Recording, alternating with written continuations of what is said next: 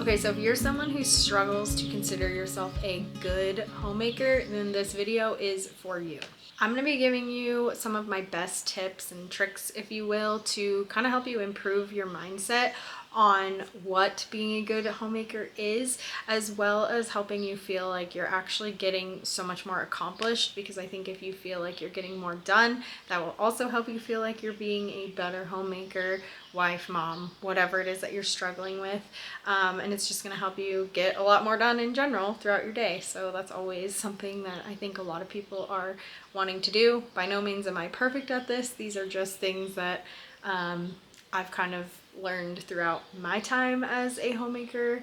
It hasn't been a super long time, but they've definitely helped me improve a lot. Also, before we get too far into this, if you're wondering where the heck I am in the world's most unaesthetic corner, it is my side of the bed. Currently, this tub, if you will, of hangers is next to me, as well as another plastic tub. This just came out this morning. This is not normally here, as well as this bassinet, because we still have a newborn that sleeps in our room next to us. But I am in the process of tackling a project that I have needed to do for a while now, which is switch out my summer and winter clothes. I used to have another closet in our extra spare bedroom that I'd put like all of my dresses and stuff. Like during the winter, I'd put all my like summer clothes in there, and vice versa. In the winter, all my coats and things like that would go out there. We don't have a very big closet in our bedroom, and so I needed to use the other closet, but that closet is now my daughter's room's closet. So I can no longer use it for my clothes, so I had to come up with a different system, which is just using totes and like storage bags,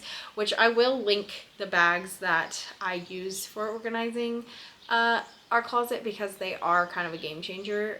If you feel like you don't have a ton of storage options, they're really helpful. So I just put all of my summer like shirts and stuff in there, and shorts and things like that, and then dresses, and then I'm going to switch them all out today with our like my more winter clothes. So all my like big heavy coats and stuff will go into those bags. The dresses will come out and get hung up.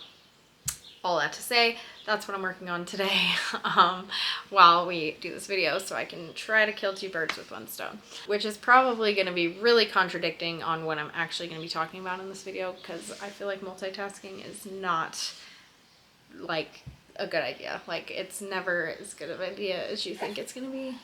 Before we get into the meat of this video though, don't forget to subscribe and enable all notifications for said videos, and for future videos and all that good stuff. I also have a homemaker Amazon list. If you are somebody who just wants like homemaking essentials, I've kind of just been like adding them into this list of things on Amazon that you can shop. It's just kind of for fun, and it's really random. It's just like a collection of things that I think are good for homemakers. So if you're interested in that, that will be linked down in the description for you to check out. Also, make sure to check out our apparel, because we do have Elrod Ranch apparel that you can go look at down in the description as well, plus a bunch of other things. So if you want to follow us, join our newsletter, all that good stuff, it's down there. But yeah, all that to be said, let's jump into the meat of today's video. So kind of like I said in the intro, I know that it can be really easy to scroll on things like Instagram and Pinterest and just feel like you can't keep up on like all the cute decor, and then just like household chores and things that you need to get like done, organizing, you know, cute aesthetic family photos, all the things like you might be thinking a homemaker needs to do in order to be a good homemaker. And maybe you feel like you just can't keep up. You know, there's just a lot that you need to be doing. It's not an easy job. I know some people think it is. There's a lot to be done. Now, I wouldn't choose to do manual labor over this. I wouldn't choose to go out into the workforce and work a 9 to 5. I would much rather do this, but that doesn't mean that this is an easy job. I want to give you a little bit of encouragement, you know, tips, like I said, for being the best homemaker that you can be. Now, I have only been doing this for a little under 3 years now, but I do feel like I've learned some key things along the way, which is really crazy to think that I've almost been married for 3 years. I feel like you like wait so long for your wedding. You're like, oh, I can't wait to get married. And then like, boom, one day happens, you get married, and then boom, here we are 3 years later, 2 kids, kind of crazy. Also, the question of today's video, while you're watching and listening, make sure to comment below something that you are going to start doing that this video maybe inspired you to do, as you're just like hearing all the things that I'm talking about, or something that you think I did not include in this video that you think should have been included, so that another homemaker that might be watching this video can pick up on down in the comments. So let's just make the comment section like a resource center, if you will, of things that make a good homemaker and things that you can do to improve your homemaking. So the first thing that I want to talk about, and I am, if you see me looking down over here, it's because I'm referencing my notes and I want to make sure I don't forget anything. So the first thing is to plan and prioritize. So you want to make lists and then focus on like 2 to 3 things, like tasks or whatever for the day, that if you can get those things done, that's going to make you feel the most accomplished for the day. So write them down if that works for you. If you're like a list person, you can have like your big master list of things that you need to do in general, but then every day pick 2 or 3 things that you want to focus on that day, and that you are going to do those things first. And then once they're done, if you do nothing else that day, you're going to feel super accomplished because you at least got your top 3 things done. Also, make sure that as you're like planning out your day and like doing your day, that you're creating a schedule around those 2 to 3 things. And also remember to do like what you can with where you are. So like when my kids are napping, or Stetson, I guess I should say my son, because he takes the most scheduled naps right now, she kind of just does this a lot. So when he is napping, I do my things that require the most brain power of me for that day, which is mostly just like my work and my working in my business and things like that, because that requires me to do the most thinking, and it's easier to do that when I don't have him like in the background making noise and like distracting me. Even if he's like playing independently, it's still hard for me to like get super heavy brain powered things done, just because I feel like I'm always like kind of like thinking about him or like wondering what he's doing. So when he's sleeping and I know where he is and I know he's content for a few hours, that's when I will sit down and do my most brain power type things. And then when he is awake and like the kids are awake in general, I will do things like vacuuming or mopping, or I'll fold laundry, and things like that. I really don't like to clean my house when my kids are asleep, just because I feel like it's such a waste of precious nap time. Like you only get a few hours in the day, especially now that he's down to 1 nap.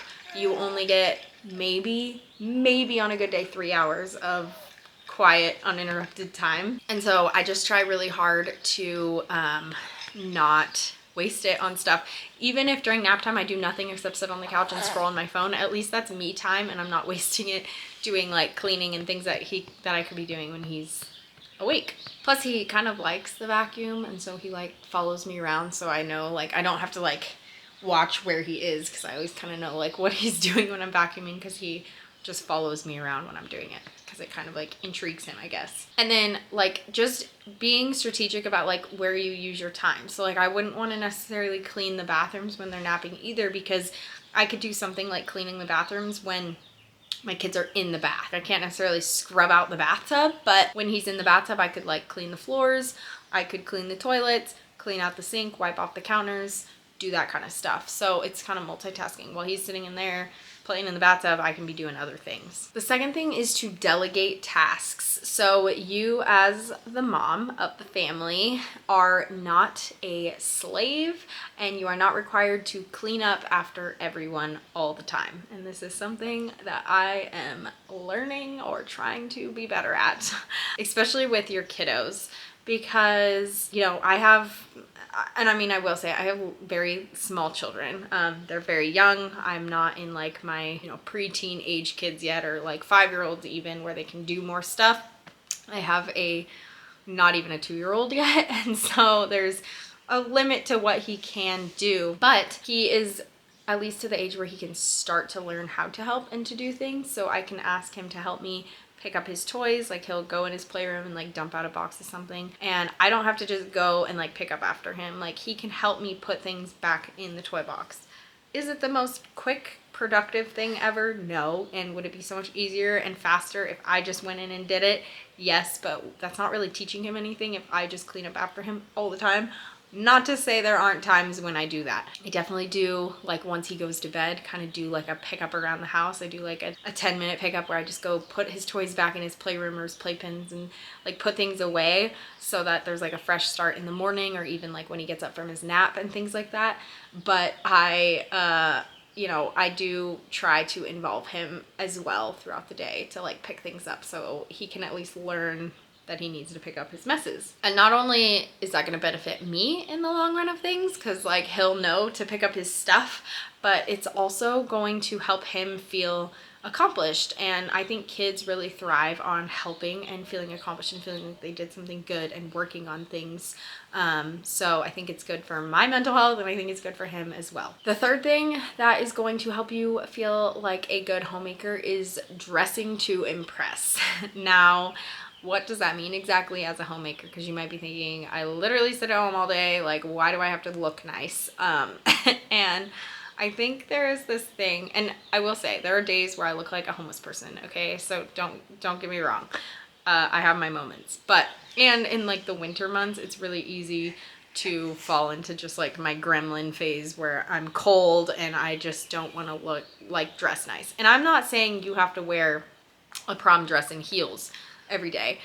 I'm just saying don't sit around in your pajamas all day. And like literally even in the winter, like I said, when it's really cold and I just want to be cozy warm, I don't necessarily want to like put jeans on. I might just be going from sweatpants that I slept in to leggings and a hoodie, but at least it's a fresh pair of clothes, and that in itself is going to make you feel better just putting on fresh clothes for the day. At least you're getting dressed. You're not just like laying around in what you slept in, because that feels really like lazy and just gross, and you're not going to feel good. You know, even if you think you're comfy and whatever, you're just gonna feel kind of lousy throughout the day if you just stay in those same like grimy clothes. But mom culture is very much like, even not in the winter, like even in the summer, you know, it's just very like messy hair, don't care kind of attitude. And I just don't subscribe to that. I don't think it has to be like that. Like I said, there are days where I'm like that, sure, but it's kind of rare that I don't put any makeup on whatsoever, and I don't at least like pull myself together in some way, shape, or form. I literally cannot stand looking at myself in the mirror throughout the day if I haven't like put a little bit of makeup on, because I get really bad like dark circles under my eyes. And if I walk in the bathroom just to like go to the bathroom or whatever and I see myself, I'm literally like, ew, I do not look good right now. And it bothers me. And I will put like just a little concealer. I'm not saying you have to put on like a full face of makeup, but just like a little something to freshen yourself up. Or if you're comfortable with no makeup, I'm not necessarily saying you have to put makeup on, because this is like pretty much as much makeup as I do on a daily basis. It's not a ton. It's just enough to make me feel put together and presentable. Now, if you consider, and kind of like my logic behind this is, if you consider being a stay-at-home mom a job, why would you not dress the part for that job? Like if you're going to get a job as a doctor and you're going to go interview for that job, like you're probably going to dress nice, right? Or if you're going to apply for a job as a ranch hand, you're not going to show up in a tuxedo. You're going to probably wear, you know, jeans and boots and a cowboy hat, because you're dressing for the part, you're dressing for that job.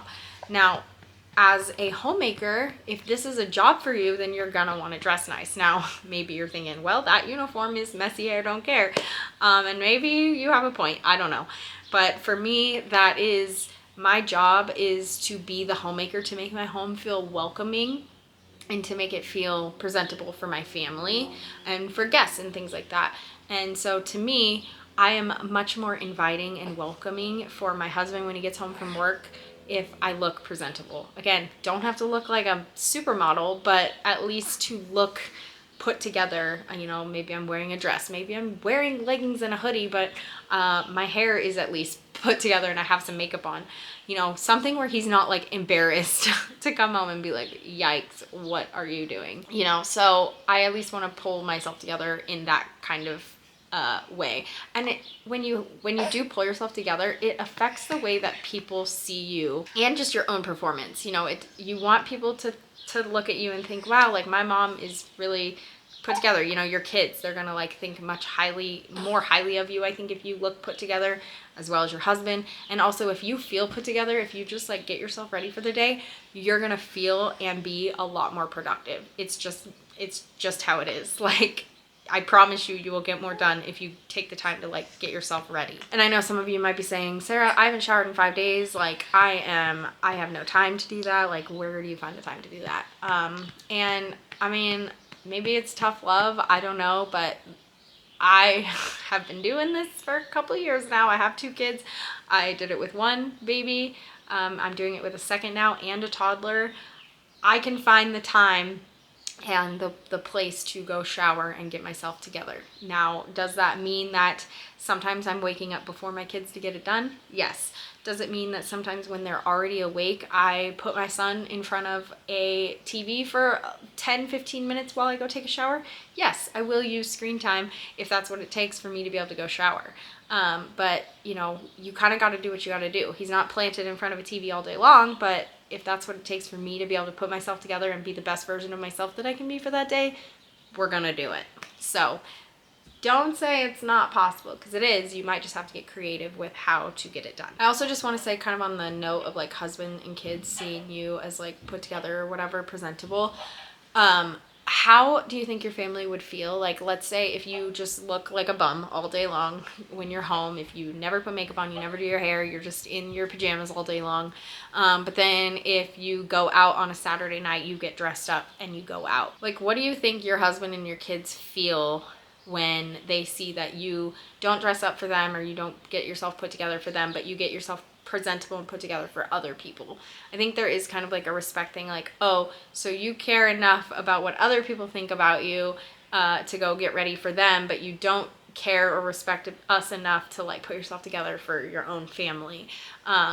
So I just think there's something to be said with all that. Like, put yourself together for your own family. They should be your priority. They should be the people that you care the most about, and their opinion should matter the most to you. I think marriages would be a lot better if women cared more about what their husbands like think about them in that sense too. And maybe that's a hot take. I don't know. I'm not saying, you know, it's all women and women have to carry everything, but if you think about it, like, if you look presentable and you look beautiful and you try for your husband, you're trying to like look nice, your husband's probably gonna flirt with you more and like do more stuff for you too, because he sees that you're trying for him. So just putting that out there. The 4th thing is to build your home. Now, what I mean by building your home, it's kind of just like how you speak to others about your family and like what you do.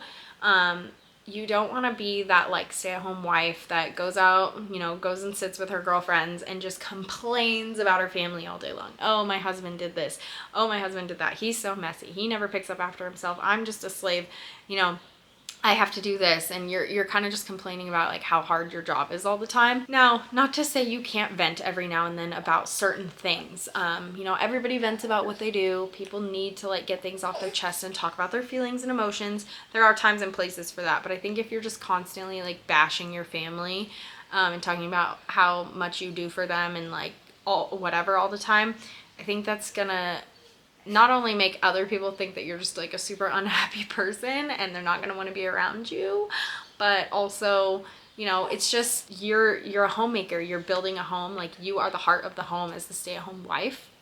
You should be creating this utopia in a sense of like what your home life is like, and people should look at how you speak about your family and talk about your family and want to be more like you. I believe that homemaking is a type of ministry, and when people see like how you are presenting your home and building your home, that it should be for the kingdom of God, and people should see Jesus when they hear you and how you speak about your family and your home. Number 5 is to stop comparing. So you want to figure out like what works well for you. So again, like when you're watching this video, Figure out the things that work well for you and your home and for maintaining your home and stick to it. If it's not the same as me, that's okay. You got to figure out your own rhythms and things like that. You don't want to be looking around constantly at what other people are doing and like trying to be more like them. You know, we're all learning, we're all growing, we're all figuring out on new, different ways of doing things. And you're not under any pressure to do things like someone else is doing it. You can do things in your own way and totally rock at it. You know, if maybe showering first thing in the morning ain't your jam, but showering at night is, like, go for it. Or if, you know, some people like to do one load of laundry a day and other people like to do laundry once a week. Nothing is right or wrong. You just have to figure out what works best for you and stick to it. Number 6 is to make your home your own. So your home, and I really firmly believe this, is going to be its most beautiful when it is a reflection of your family and your lifestyle. So for a long, long time before having kids, I always swore to myself that I would not decorate my house with my own family photos. This was prior to being married, prior to having kids. I was like, I think hanging family photos up in your house looks super cheesy and tacky. It never looks good, yada, yada, yada. Never was a fan until I had it, and now I want to put their faces everywhere, and I love it. And I have found that my decorating style looks so much better. I'm so much happier with my home when it's pieces of our life. So I have like elements of our life throughout. Like I have a little note that my husband wrote me in a frame, and it's decoration in our bedroom, and I love it. I love that there's like stories behind the things in our house. You know, that it's not just something that I bought at Hobby Lobby with like a quote on it. It actually like has real meaning to our lives and who we are. Number 7 is to declutter. So getting rid of stuff is kind of a game changer, and we were really forced into that because we have so much stuff that it was like really becoming a problem. And we live in a rental house that has no garage. Like our garage is a converted, like what was the garage for this house is converted into like a room, and we use it for like office space, and it's a playroom, and it's kind of just like a catch-all really room, but we're very limited on storage. And so we had to kind of just like get rid of stuff. I couldn't hold on to just a bunch of stuff, and I'm really bad about that, or at least I was. I'd get like really weirdly sentimental about stuff that did not matter, and so I would have a hard time getting rid of anything. Yeah, I think if you can get rid of stuff and declutter your house and just have things that matter and like are really important, then your whole house and flow is gonna just be a million times better. All right, Miss Girl woke up and needed to eat, so I'm trying to use this as a cover because I don't really know where my cover is right now. But number 8 is to keep 2 to 3 meals on hand. That like are key like winter meals in your family. So if there's like a couple meals that you have that like you know your family loves, they're ingredients that you usually always have on hand, they're easy to make, whatever. I think you should always have something like that kind of in your back pocket, so that, you know, life happens, things come up, sometimes you're just not gonna feel like cooking, or you get home from something really late and you just don't have time to like whip something up, or you don't feel like it, whatever it might be. I think it's good to have just like some key meals that you know you can always put together and that everybody will enjoy.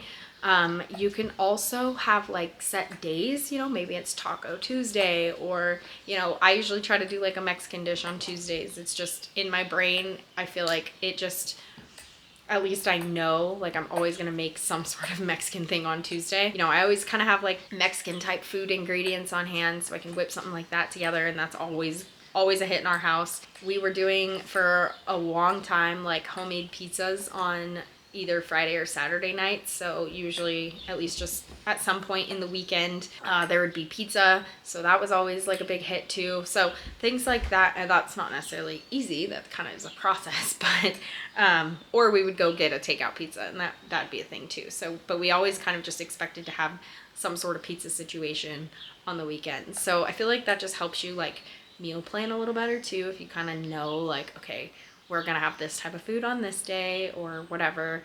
It just makes it easier and less overwhelming, because like I'm much more like enjoy cooking when I know what I'm gonna cook that day. Like if I wake up and I already know what I'm gonna be doing for dinner that night, it's a much more enjoyable process versus like if I wake up and I have no idea what I'm cooking and then I have to try to figure it out throughout the day and I feel really uninspired and stressed out and annoyed, and then it's just never good. Number 9 is to not sweat the small stuff. Not everything in your homemaking journey, I think this is the last one too, by the way, not everything is going to go as planned all the time. Homemaking means creating a safe haven for your family. That's really what it is. Homemaking is about making your home feel like a safe place that they can come home to, a comfortable place where they're happy to walk in the door and it's not added stress. You know, you don't need to have a 5-course meal every single night for dinner. That's not what it is. You really just want to be the heart of your home, have a joyful heart, be a light for your family, and don't be the super stressed out mom. This is something that I am very much working on, and I think I will probably be working on it for the rest of my life. But you know, I try really hard to have a positive attitude when my husband gets home from work, and it's hard right now because I'm very much in the trenches of motherhood. I got a newborn, I got a toddler that is testing my every button. So you know, by the time my husband walks through the door, I'm like, tap out, I'm done, like I am exhausted. But I'm trying really, really hard to remember that like this is a gift. It is a gift to be able to do this, and it is just such precious time that a lot of people don't get the opportunity to have. So I try to have peace and joy with that. I think that's really all that I can come up with. That's all I have on my list, at least for now. So I hope these tips helped you and maybe you feel inspired, or like it just kind of gave you something to think about for how you go about your day as a homemaker. So don't forget to leave a comment down below in the comment section telling us and somebody that maybe a tip for other homemakers, something that you do as a homemaker that's helpful and that makes you a better homemaker. Make sure to follow us on Instagram, join our newsletter, and hit that subscribe button for our YouTube channel so you can stay up to date on all of our other videos. And yeah, I think that's all I got.